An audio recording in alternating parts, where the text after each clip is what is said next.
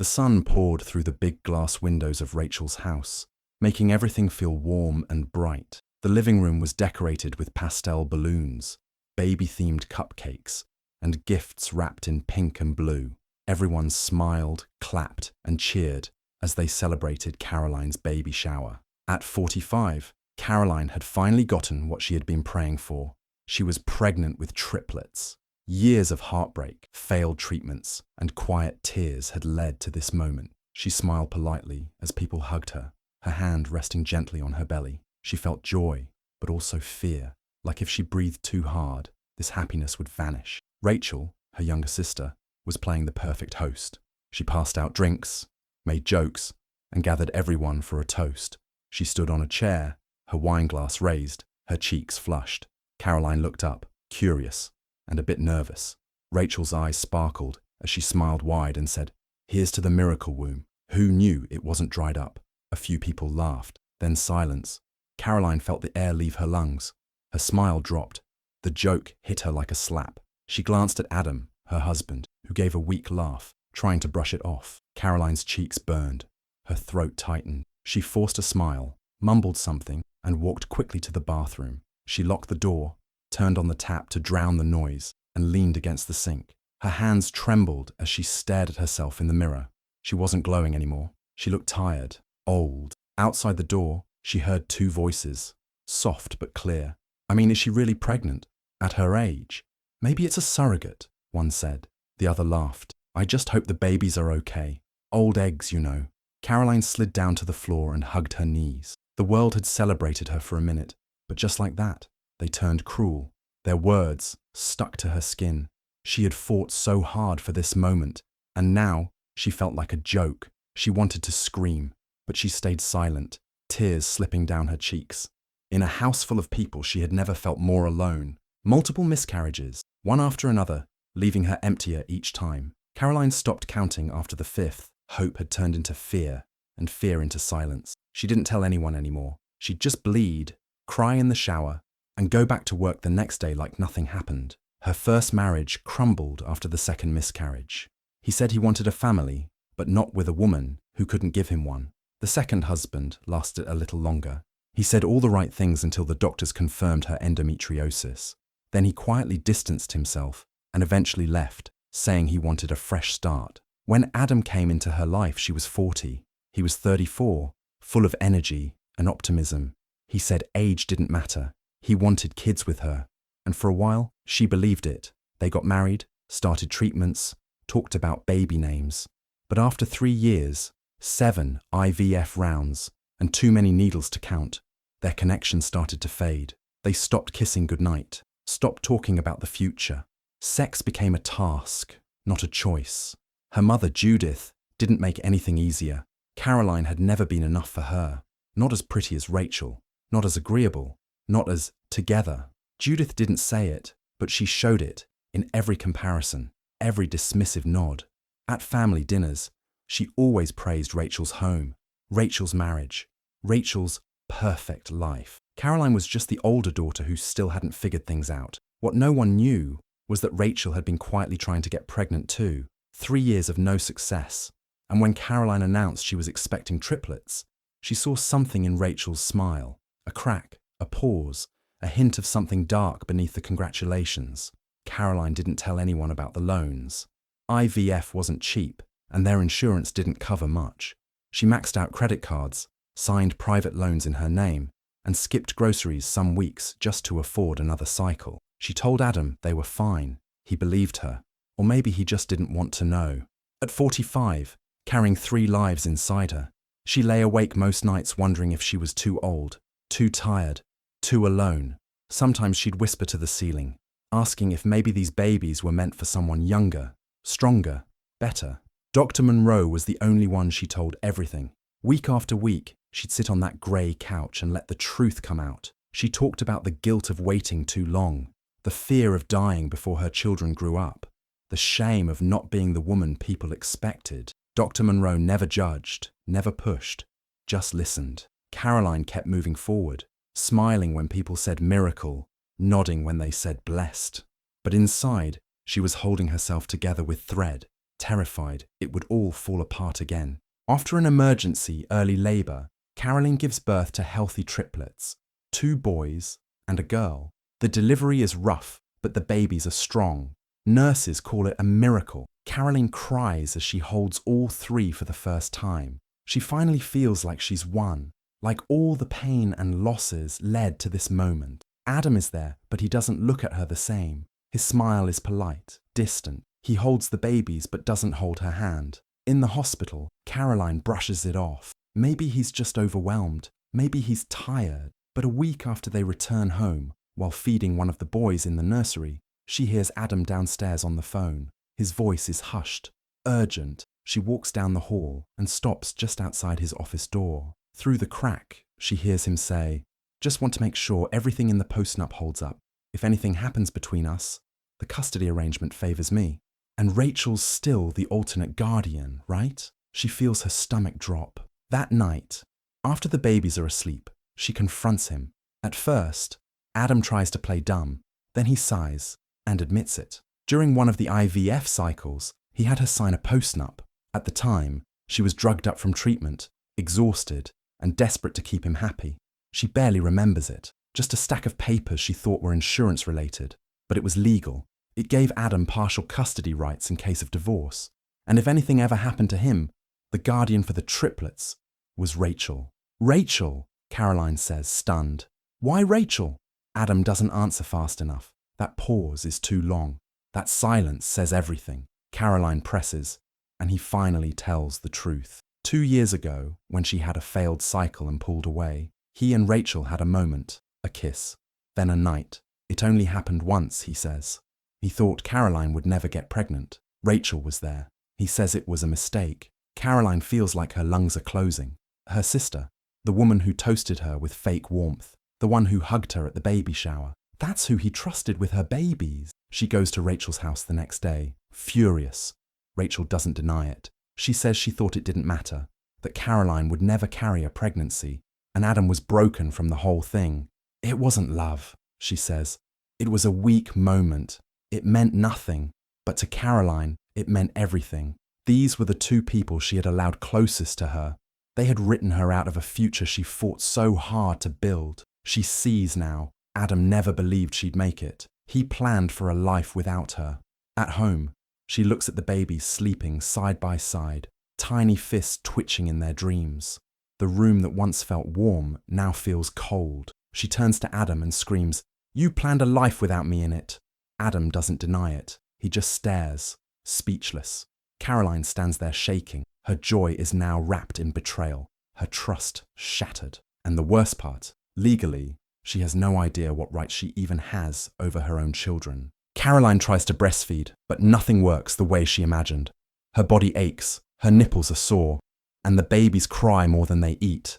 She feels like a failure already. Sleep is rare. The house feels dim and quiet, even in daylight. Her mind grows foggy. Postpartum hits her like a wave she didn't see coming, pulling her under before she can reach for help. Adam quietly moves into the guest room. He says he needs space, says he's confused. That word sticks in her head. Confused about her. The babies. Them. Rachel begins stopping by more often. She brings meals, folds laundry, picks up a baby before Caroline even reaches out. At first, Caroline resists, but she's too tired, too drained to argue. She lets Rachel stay.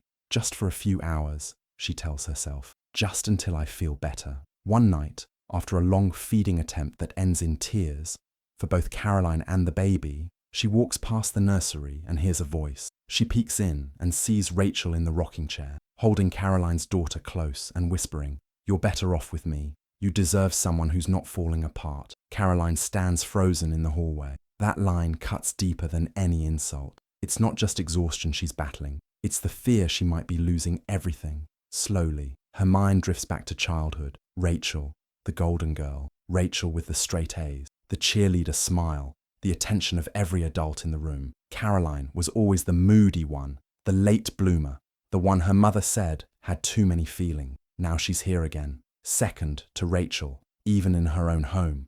When Judith visits, her words sting like acid. "You should be grateful someone younger is around to help," she says while pouring tea. Caroline doesn't reply. She's afraid if she opens her mouth, she might scream. She stops returning Dr. Monroe's calls.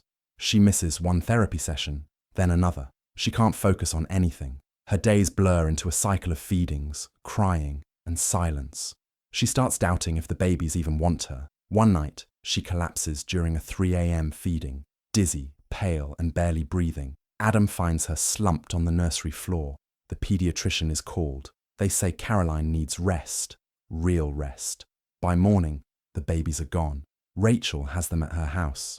Adam agrees it's just temporary and says it's what's best until Caroline gets better. She wakes up in bed alone, breasts aching with milk, arms aching from emptiness. The house is too quiet, too clean, too wrong. She reaches for her phone, but there are no messages, no missed calls, no updates, just silence. Caroline enters the recovery program with shaky hands and an even shakier heart. She doesn't trust the process, doesn't trust herself, doesn't trust anyone anymore, but she shows up, day by day, and in a quiet circle of other broken mothers, she finally speaks, not in a whisper, not with shame, but with truth. I thought, if I had the babies, everything would be okay, that I'd feel complete, but instead, I felt like I was disappearing. The room nods. No judgment, no pity, just understanding. It's the first time in weeks she feels seen. Dr. Monroe visits her at the center. With warmth but no softness, she tells Caroline what she should have heard long ago. You are not powerless. You were tricked into thinking you were. Together they go through everything. Legal documents, hospital records, phone logs. Caroline begins to piece together how deeply she'd been manipulated. Dr. Monroe points her to a strong attorney, Ava Preston, tough, direct, no nonsense. Caroline meets her in a coffee shop and lays it all out. The postnup, the clause, Rachel, the affair, the papers Adam made her sign while she was barely awake after labor. Ava raises an eyebrow. Let's go to war. Caroline starts gathering evidence in secret. She recovers emails between Adam and Rachel, short, careless one, enough to show intimacy, enough to show intent. She sets up her phone to record a conversation with Rachel, pretending to apologize for being overdramatic. Rachel slips. She says, "You were never strong enough for this, Caroline. Someone had to step in." Caroline sends it to Ava that night. She also tracks down Nurse Elena from the hospital. With a shaky voice, the nurse confirms what Caroline remembers in flashes. Adam pressuring her to sign legal forms right after the C-section, while she was still drowsy and bleeding. Elena agrees to testify. Caroline files for full custody. She sues Adam for medical coercion, emotional abuse, and manipulation. And quietly, she starts documenting her truth online. Not with her name at first, just stories. Her first post reads, "They told me I was too old to be a mother. Then they tried to take my babies, but I'm not done yet." Thousands of women respond. Comments, private messages, words of encouragement. Some say, "I went through this too." Some just say, "Keep going."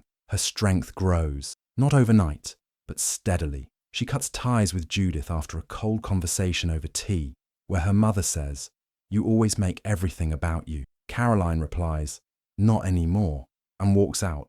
She visits Rachel, not to plead, not to cry, but to reclaim her space. Rachel opens the door, smug as ever, but Caroline stands taller now, sharper.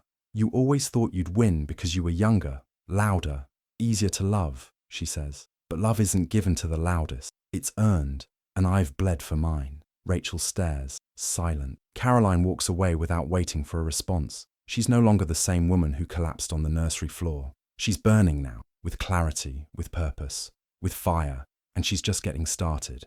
The custody hearing begins in a quiet courtroom, heavy with tension. Caroline sits beside her lawyer, hands clasped tightly in her lap. Adam sits across the room, polished, composed, rehearsed. Rachel, dressed in soft colours, tries to look maternal, but her eyes flicker, nervous, defensive. Adam's attorney starts strong, calling Caroline unstable, emotionally unfit. He brings up her breakdown, her time in recovery, and even reads lines from a therapist's note out of context. Caroline doesn't flinch. She just listens, like a storm waiting its turn. Rachel takes the stand next. She talks about being concerned for the babies. She says she's been like a second mother. Her voice shakes, not from emotion, but from knowing she's standing on a house of lies. Then Ava stands, calm, focused. She plays the audio recording where Rachel whispers, "You were never strong enough for this, Caroline." The room stiffens. The judge raises an eyebrow. Then come the emails between Adam and Rachel, dates lining up, messages about a backup plan, about how long this will even last. Finally, the nurse's affidavit is read aloud. She describes how Adam leaned over Caroline's hospital bed while she was sedated, saying, "Just sign, babe. It's just hospital form." But they weren't. They were the post-nup, with custody clauses tucked in legal jargon. Then Caroline rises. She walks slowly to the witness stand. No makeup, no performance, just truth. She talks about every loss, every injection, every lonely night in a nursery she thought would stay empty. She talks about breastfeeding through pain, about crying in the shower so her babies wouldn't hear. She admits she broke, but she also rebuilt, not for herself, but for them. "I'm not perfect," she says, her voice steady, "but I am their mother, and I will protect them with everything I have left." Silent. The judge calls for a recess, returns with the decision. Full custody is granted to Caroline. Adam is allowed only supervised visitation until he completes a mental health evaluation and parenting class. Rachel is barred from having any guardianship role and warned sternly for attempting to interfere. Caroline walks out of the courthouse with her lawyer at her side, her triplets in a double stroller and babies. The sky opens up. Rain falls. She doesn't rush to cover up. She lets it fall. Because for the first time, they're really hers, all of them. No one can take them now. Weeks later, life is quieter. Not easier, but steadier. Caroline has found rhythm in the chaos. Early feedings, stroller walks, lullabies sung with cracked but proud lips. Then, one evening, an anonymous email arrives. Adam has filed for bankruptcy. The post-nup backfired. His lawyer dropped him. Rachel, she's gone. The next day, a package shows up. No return address. Inside is a letter, handwritten in Rachel's familiar, sharp, slanted cursive. "I wanted what you had," it reads, "but I couldn't be you. I thought love was something you could steal or structure into place. But it isn't. I didn't want the babies. I wanted to feel wanted." Caroline reads it twice, maybe 3 times. Then she tucks it away in a drawer, not out of anger, but because she finally feels no need to respond. At the pediatrician's office, one of the triplets is fussy. Caroline gently rocks the baby while waiting, and beside her, a young mother juggles a newborn and a bottle, near tears. Caroline smiles softly and offers, "The first few months feel impossible, but they're not." The girl nods, grateful, and in that quiet moment, Caroline realizes she's not just getting through the day. She's someone people look to now. She's survived something most wouldn't understand. A few weeks later, she posts a flyer in the clinic lobby. "Support group for mothers over 40. You're not alone." It fills in a week. Then, another letter arrives. This one official, from the fertility clinic. A DNA test she'd taken months ago. One she'd forgotten in the storm of everything. Only 2 of the babies match Adam genetically. Her heart skips. She calls the clinic. Turns out, in a last-minute donor mix-up during one of their final IVF rounds, an anonymous donor's sperm was used for one embryo. They had notified Adam. He never told her. She looks at the baby asleep in her arms, the one with the dimpled chin, her grandmother's eyes. She whispers, "One of you is all mine, just mine." And for the first time, instead of loss, Caroline feels gifted, not by science, not by revenge, but by fate finding a way to give her something no one else could claim. Caroline sits on the porch, wrapped in a light shawl as dusk settles over the quiet street. The triplets sleep soundly in their stroller, little hands curled into soft fists, cheeks warm from the fading sun. She holds a children's book in her lap, the final page turned but not yet closed. The story was about a lioness who guarded her cubs through storms, fire, and doubt, and won. A breeze brushes against her skin. Wind chimes above the porch hum a soft tune, like a lullaby meant only for them. A neighbor walks by, slowing for a moment. "You're a miracle," she says with a warm smile. Caroline doesn't flinch, doesn't deflect. She nods gently, eyes steady, heart still. "I know," she replies, not proud, not boastful, just sure. She looks down at her children. One stirs, lets out a small sigh, and drifts back to sleep. Inside her head, her voice is calm but certain. "They said I was too old, too late, too broken. But they never understood. My timing was perfect." She leans over, kisses each tiny forehead, 3 little anchors that tethered her back to life. The sky deepens into night. Caroline leans back in her rocking chair, fingers brushing against the handle of the stroller, and as the wind chimes sing softly overhead, she finally lets her eyes close, not from exhaustion, but peace. It's never too late to fight for what matters most. Strength isn't about age. It's about heart, courage, and refusing to let others write your story. When the world doubts you, let your truth speak louder than their judgment.